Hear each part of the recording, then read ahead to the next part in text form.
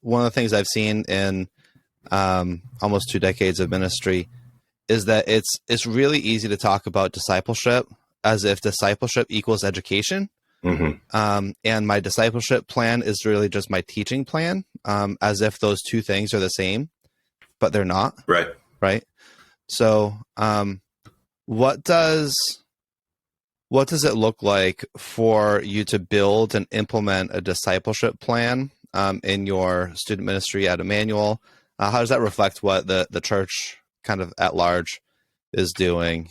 And can you just walk us through that a little bit? Yeah, absolutely. I think we have in the student ministry, and part of this was from necessity of me being part-time. We borrowed as much as possible from the broader church in terms of the language that we use with our student ministry, the strategy, the philosophy of ministry. We just very intentionally set out to not kind of do our own thing in the pocket of the youth group, but wanted to adopt the discipleship plan of the whole church and make sure that our students are not getting something different from youth group on a Wednesday night or a Sunday school than they're getting from just the pulpit ministry or Sunday morning ministry of the church. Yeah, that's really wise. So that has helped us a lot when it comes to a discipleship plan. And also, I think it just feels a little bit less.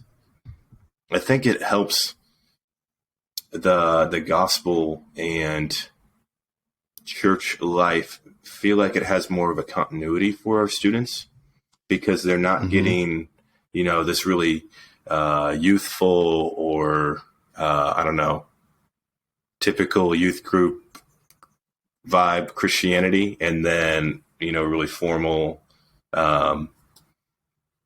old people church Christianity. But it really, I think it has a similar feel, similar emphases, and then similar language. So in terms of what it looks like on the ground, just discipleship at Immanuel, one of the most powerful, I guess I don't know what you want to call it, a slogan or a word formula. It would be gospel plus safety plus time. And this is something that Immanuel wants to offer to everyone who walks through the doors into the church. But it's something that we want to offer to students. And when we say gospel, what we mean is God's love for sinners through the finished work of Christ and the endless power of the Holy Spirit.